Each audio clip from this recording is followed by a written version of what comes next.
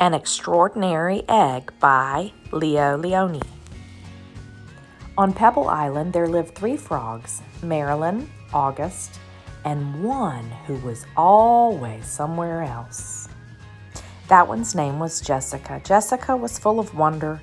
She would go on long walks way to the other side of Pebble Island and return at the end of the day shouting, "Look what I found!" And even if it was nothing but an ordinary little pebble, she would say, "Isn't it extraordinary?" But Marilyn and August were never impressed. One day in a mound of stones, she found one that stood out from all the others.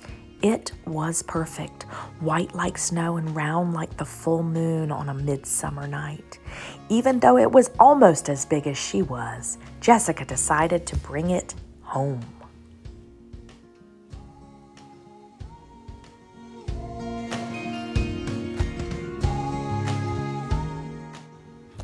"I wonder what Marilyn and August will say when they see this," she thought as she rolled the beautiful stone to the small inlet where the 3 of them lived. "Look what I found!" she shouted triumphantly. "A huge pebble!" This time Marilyn and August were truly astonished. "That is not a pebble," said Marilyn, who knew everything about everything. "It is an egg, a chicken egg." "A chicken egg? How do you know it's a chicken egg?" asked Jessica, who had never heard of chickens. And Marilyn smiled. "There are some things you just know."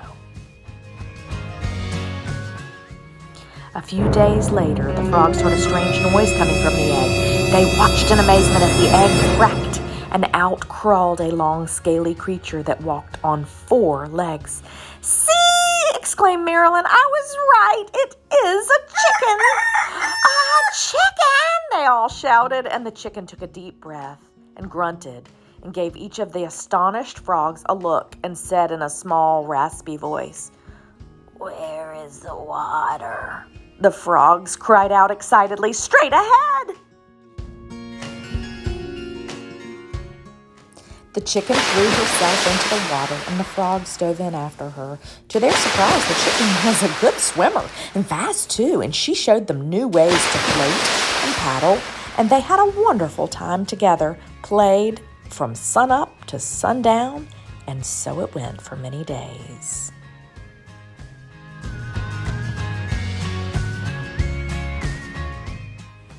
Then one day when Jessica was somewhere else, August and Marilyn saw a commotion in the water.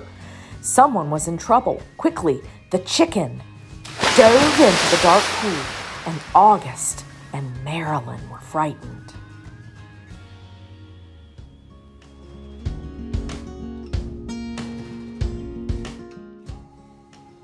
After a few long moments, the chicken reappeared, carrying Jessica. "I'm all right," she called. I gangled in the weeds, but the chickens saved me."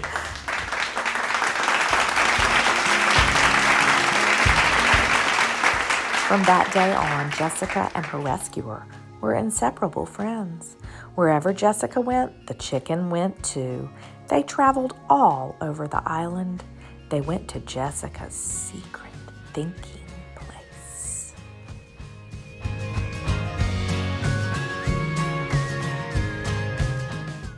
And to the Great Pebble Monument.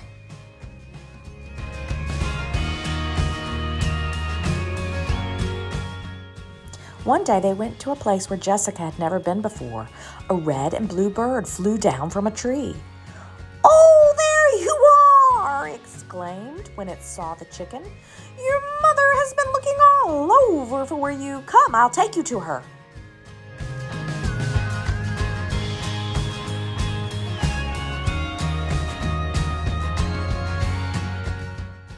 They followed the bird for a very long time. They walked and they walked. They walked under the warm sun and the cool moon, and then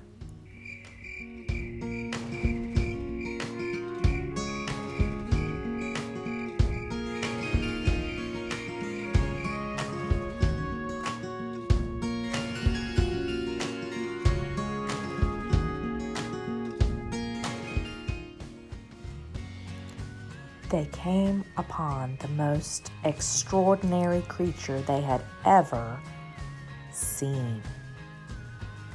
It was asleep, but when it heard the little chicken shout, "Mother!" it slowly opened one eye and smiled an enormous smile, and in a voice as gentle as the whispering grass said, "Come here, my sweet little alligator." And the little chicken happily climbed onto her mother's nose.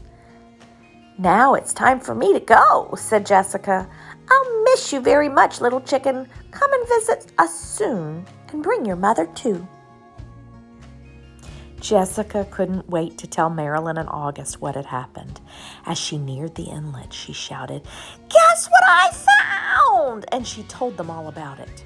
"And do you know what the mother chicken said to her baby?" Jessica said. "She called her my sweet little alligator." "Alligator?" said Marilyn. "What a silly thing to say." And the three frogs couldn't stop laughing.